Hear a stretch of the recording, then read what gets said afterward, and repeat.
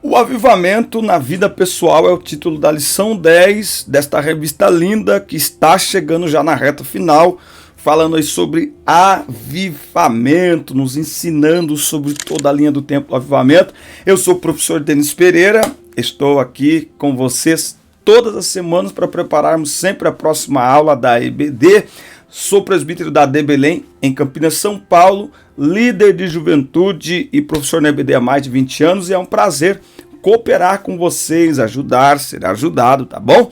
Então, semanalmente estamos por aqui, por isso, parabéns a você que me acompanha já há algum tempo, todas as semanas, e aos que estão chegando agora, sejam muito bem-vindos, não perca a oportunidade de se inscrever no canal, ativar as notificações, comenta o vídeo, que é muito importante para o YouTube entender a relevância desse material, tá bom? E na descrição aqui do vídeo tem o link para você adquirir este lançamento, que é o nosso livro O Propósito é Maior que a Sua Dor. Muitas pessoas estão vivendo em função da dor, em função das lágrimas. Nós devemos viver em função do propósito. A dor faz parte do propósito, mas não é o propósito. A dor não nos define como pessoa. Quando a pessoa entende isso, ela aprende em meio à dor, ela cresce em meio à dor e ela avança em meio à dor, tá bom? Adquira este livro, é o primeiro link aqui.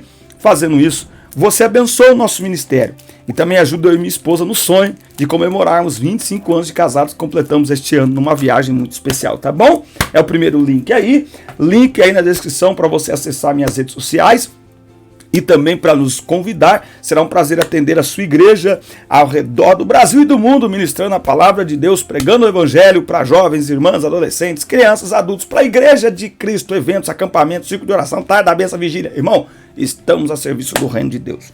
Amém? Olha só, o avivamento na vida pessoal. O texto áureo está Salmo 63, versos 13 e 4. Porque a tua benignidade é melhor do que a vida. Os meus lábios te louvarão. Assim, eu te bendirei enquanto viver. Em teu nome levantarei as minhas mãos. A presença do Espírito Santo é uma realidade em todos os dias da vida de um crente avivado. Eu tenho dito aqui ao longo desse trimestre que avivamento não é fruto de um culto, é fruto de uma vida. Não é fruto de uma oração, mas de uma vida de oração, tá certo? É sobre isso que nós vamos falar um pouco aqui nesta aula de hoje. É vontade de Deus que os crentes sejam espiritualmente avivados. Ademais, não pode haver igreja local avivada sem que os membros experimentem um avivamento espiritual em suas vidas, né? Então, o que eu percebo? Que a gente às vezes entende que vida espiritual é da igreja para casa. É o contrário, irmão. É de casa para a igreja. É só a gente olhar. Olha só, Romanos 12 diz: rogo-vos, pois, pela compaixão de Deus, que apresenteis o vosso corpo em sacrifício vivo, puro, santo, racional, santo e agradável como culto racional. Ué, como é que eu posso apresentar o meu corpo em culto a Deus se eu já não venho com ele pronto, preparado, se eu já não vivo um culto eterno, um culto permanente na presença do Senhor? Né? Então não é eu chego na igreja para me apresentar, não. Já disse aqui, nós somos tanto o altar, quanto o templo, quanto o sacrifício. Por isso que a adoração é espírito em verdade. Ela não está limitada a 4 paredes, a espaço, a tempo, a horário, nada disso, certo? Então, uma vida avivada fora da igreja é que vai reverberar dentro da igreja. Então, não é que uma igreja, não é que um culto não avivado vai gerar pessoas não avivadas. Não, são pessoas não avivadas que fazem o culto não ser avivado. Né? Então, se no dia a dia eu não sou avivado, não é o culto que vai ser. Não é o culto que vai me transformar numa pessoa avivada. O culto só revela o nível espiritual da nossa vida, tá? Olha só, tópico 1, tá? Nós vamos estudar aqui a importância do avivamento espiritual na vida do crente. Tópico 1, o avivamento na vida do salmista. Uma busca sincera. O estudante da Bíblia sabe que o salmista experimentou momentos de lutas, dificuldades e opressões ao longo da vida. Entretanto, mesmo diante desse processo difícil, o salmista desejava com entusiasmo a presença de Deus. Ó Deus, Tu és o meu Deus, de madrugada te buscarei, a minha alma tem sede de Ti, a minha carne te deseja muito em terra seca e cansada onde não há água. tá? Então o salmista tinha convicção e plena certeza, tu és o meu Deus, e o salmista tinha sede de Deus. O salmista também tinha anseio por Deus, tá? Ele tinha anseio por Deus. Nós devemos aprender com o salmista a respeito da disposição da alma em contemplar a glória do Senhor e bendizê-lo por toda a vida. Olha só, a gente vai falar de oração aqui no segundo tópico, mas nós precisamos entender que com o salmista nós vamos aprender o seguinte, que não basta buscar a presença de Deus, é preciso desfrutar da presença de Deus. Na maioria das vezes a gente não ora porque a gente só sabe buscar. E outra coisa, a percepção nossa de buscar precisa ser alinhada. Como assim? Veja que você não compra a presença de Deus, você busca. Ora, se você busca, é porque essa presença já está disponível para nós. Nós somos de Deus e Deus é nosso. Ô glória! É como buscar uma criança na escola. Você não chega lá e tem qualquer esforço, porque aquela criança é sua. Então você chega, a criança vem, pega na sua mão, você pega na mão dela e traz. Você foi fazer o quê? Foi buscar meu filho. Você vai buscar algo que é? A presença de Deus é nossa. Que isso, irmão? Pelo amor de Deus. Ela é nossa, tá? A gente tem que ter essa visão, porque às vezes parece que é algo tão difícil buscar a presença de Deus. Não, ela está à nossa disposição, tá?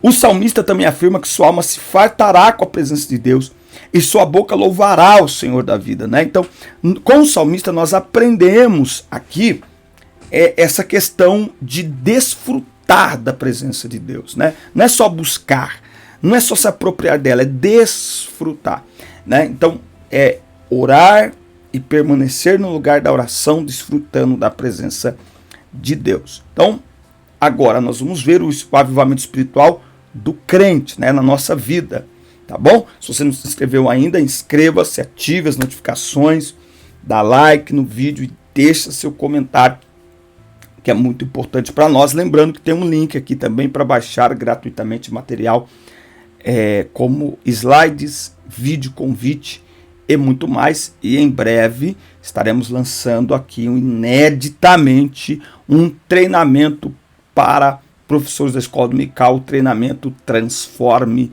Suas Aulas. Serão 10 aulas online muito top e a ideia é um treinamento prático. Então a ideia é estas 10 aulas de fato colocadas em prática vão transformar as suas aulas. Bom, o avivamento espiritual do crente, reservando uma agenda de piedade. À luz do que aprendemos com o salmista, percebemos que há elementos imprescindíveis para que a vida do crente seja poderosamente avivada. São elementos que ao longo das escrituras e da história da igreja encontramos como modelo espiritual do crente. A prática da oração e a leitura devocional das escrituras, tá? Essa palavra devocional, ela tem se tornado muito comum nos nossos dias, mas os nossos avós, enfim, os antigos já faziam isso, não usavam este nome, mas faziam isso, tá? Então nós temos aí prática da oração, né? E aí nós temos aqui homens que desenvolveram o hábito da oração ao longo do dia. Davi, que tinha o costume de orar pelo menos 3 vezes ao dia. Daniel orava 3 vezes ao dia. Jesus, o nosso maior modelo de oração, Jesus tinha uma vida de oração. Jesus é o maior sinal de que nós devemos orar. E aí vem a pergunta: se Jesus era Deus, para que ele precisava orar? Porque oração é relacionamento. Oração é aproximação. Oração é o elemento de comunicação entre nós e o Pai. E se Jesus orava, nós devemos orar, irmão. Ponto, acabou, tá? Então esse exercício de oração diário é um instrumento maravilhoso para o cristão desenvolver uma vida espiritualmente avivada. Por isso que eu digo que avivamento, né, até na última lição eu fiz essa observação na sala de aula na minha igreja, né, eu sou superintendente, quando o professor estava dando aula, eu fiz essa observação. Você pode até comentar aí, a lição 9, ela deu muito a entender que avivamento é batismo com o Espírito Santo. Eu falei, olha, biblicamente, historicamente falando, faz parte. Mas avivamento para mim não está em Atos 2, do 1 ao 4. Está no 42. E perseveravam na doutrina dos apóstolos, na oração, no partir do pão e na comunhão. Esses 4 elementos são os 4 elementos de uma igreja verdadeiramente avivada. Então, perseverantes, em primeiro lugar, na oração, prática diária de oração. Nós não oramos porque precisamos de coisas de Deus. Nós oramos porque precisamos de Deus. De Deus. Orar, em primeiro lugar, é buscar a presença de Deus. Buscar-me-eis e me achareis quando me buscardes de todo o coração. Então, oração é para buscar a presença de Deus em primeiro lugar. Como eu já disse, se é buscar, já está ao nosso alcance, é acessível para todos nós. O crente avivado também deve ler e estudar diariamente a Bíblia. Isso é preciso para entender, absorver e viver seus preciosos ensinamentos. Além disso, os dias são maus e por isso devemos portar a espada do Espírito. Aliás, a Bíblia deve ser lida e estudada levando-se em conta os seguintes aspectos. Ela nos permite meditar nas coisas de Deus, previne nosso coração de pecar, nos consola, dirige a vida e ordena a vida pessoal.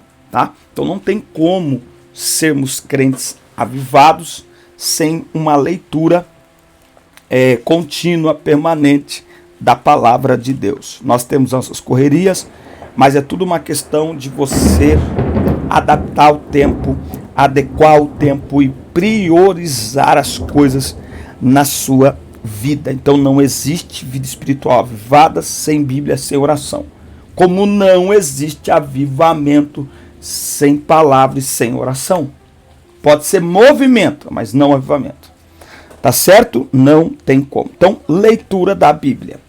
Leitura sistemática, leitura contínua. Ah, mas eu não entendi. Lê de novo. Mas lê mais uma vez. Mas lê de novo. Mas continua lendo. Mas não pare de ler. Leia, leia. Mas eu tô sem vontade. Eu li isso há muito tempo. Mas não tenho vontade. Leia até ter vontade. Começa a ler sem vontade, daqui a pouco você vai ter vontade, e se não tiver, continue lendo até ter. E se não tiver, continua lendo, você não para de ler. Por isso que é algo racional, tá? Não é algo místico. Ah, eu tenho que sentir para ler, tenho que sentir para orar. Não, você não tem que sentir, você tem que ter convicção, você tem que saber que precisa orar e ler a palavra de Deus. Muito bem, chegando já para o terceiro tópico, a vida pessoal e familiar do crente avivado. Já se inscreveu no canal? Ainda não? Ô crente! Inscreva-se no canal, inscreva-se, ative as notificações, dá like no vídeo e deixe seu comentário que é importantíssimo para nós, tá? Ó, a vida pessoal, o avivamento espiritual também traz consequências para a vida pessoal. Não por acaso a palavra de Deus alerta para ter cuidado consigo mesmo, da doutrina e perseverança a respeito do que se tem aprendido. Tá? Então é interessante isso. Por quê? Porque vai desenvolver integridade, prudência no falar e no agir, cuidado na saúde física e emocional, tem tudo isso que obviamente produz. Então, ó, por isso que sobre o que aconteceu nos Estados Unidos não dá para dizer que é um avivamento. Por quê? Porque o que atesta que há um avivamento são estas e outras características que são visíveis na vida das pessoas que passam pelo avivamento.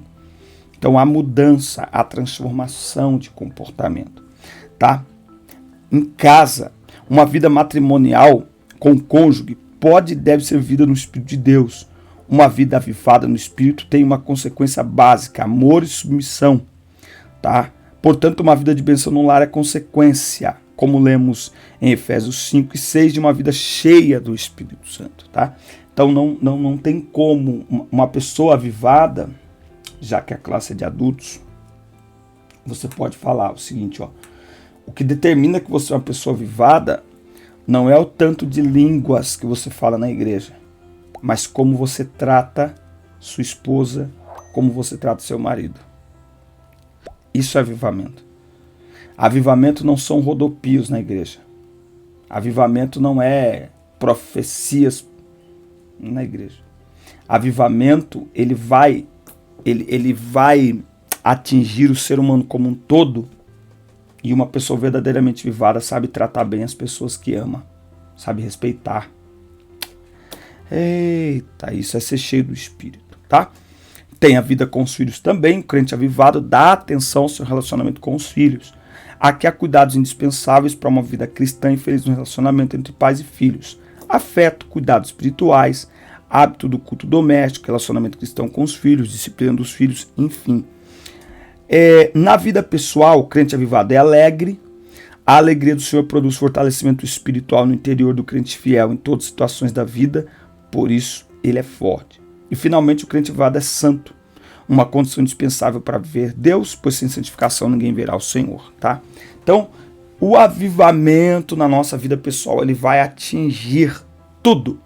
Ele vai atingir o eu individual, vai atingir o eu familiar, na igreja, todos os relacionamentos, em casa, em tudo. Minha vida pública, minha vida privada, o avivamento vai afetar positivamente tudo isso, tá? E assim, é preciso ter um cuidado, já que falou aqui de família, nós vamos falar de família no próximo trimestre. É fácil parecer avivado para quem não convive com a gente, tá? Quem não convive com a gente, basta a gente mudar o tom da voz. Basta, como diz no meio pentecostal, né, no nosso meio, dar uma rajada. Você viu? Que unção. As pessoas confundem. Isso não tem nada a ver com unção. A unção muda as pessoas. A unção muda o caráter. A Bíblia diz: o jugo será quebrado por causa da unção. Entende? Então, depois da unção, ninguém é a mesma pessoa. Quando a unção é verdadeira, quando o avivamento é verdadeiro, né? Então, nós não devemos nos encantar tanto.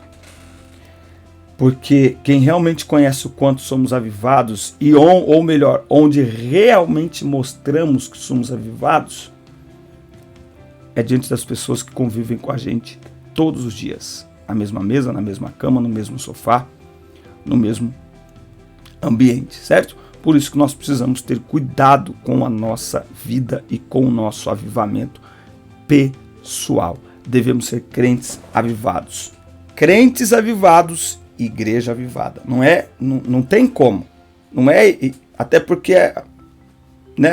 Então, crentes avivados, culto avivado. Não é culto avivado que gera crente avivado. São crentes avivados que geram cultos avivados. É só você fazer a conta. Nós passamos dos 7 dias da semana, em média, 2 dias nós vamos à igreja. Lembrando, cada culto dura no máximo, em média, 2 horas. Então, aonde é que a gente tem que ser mais avivado? É lá no culto? Não, é fora. Se eu não sou fora, eu não sou dentro. É por isso que quem não é fora e só é dentro, quando não está dentro, não consegue ser fora. Por quê? Porque 2 horas não é suficiente para, sei lá, quantas horas tem? Vou pegar uma calculadora aqui, fazer uma continha aqui, ó. Fazer uma conta boba aqui, ó. Olha só. 7 dias na semana, vezes 24 horas, 168. Tá bom. Vamos arredondar para 8 horas na igreja por semana? Arredondando. Supondo que você vá no culto de ensino, supondo que você vá no culto da quinta-feira, o culto da palavra, o culto da vitória, eu não sei como é que chama na sua igreja, supondo que você vá na EBD e supondo que você vá no domingo à noite, 8 horas. Olha só, a semana tem 168 horas, 7 dias vezes 24, 168, certo? Reservamos para o ambiente do culto, para a igreja, 8 horas, 160 horas. Muitos fazem o seguinte: nessas 160 horas, não tem qualquer contato com a oração, não tem qualquer contato com a Bíblia, não tem qualquer contato com o Espírito Santo, porque estão preocupados demais e ocupados demais com suas próprias vidas, com o pecado, com a carnalidade, com a ociosidade, né? ou com a hiperatividade. Aí eles querem que o que não viveram em 160 horas aconteça nessas 8 horas. É o contrário. Não é as 8 horas que transborda sobre as 160. É as 160 que transborda sobre as 8 horas. Ou seja, aonde quer que eu esteja, onde quer que estejamos, o crente avivado, ele sempre está cheio de Deus, na presença de Deus. Por isso, quando ele chega no culto para preencher essas 8 horas, aí você tem um culto avivado. Mas se não tem avivamento aqui, não espere avivamento aqui. Porque não é da igreja que flui para a vida, é da vida que flui para a igreja. Pelo amor de Deus, pega isso e pensa nisso. Amém, meus amigos, forte abraço. Assista, curta, compartilhe, inscreva-se no canal e até o nosso próximo encontro. Deus abençoe todos vocês. Forte abraço.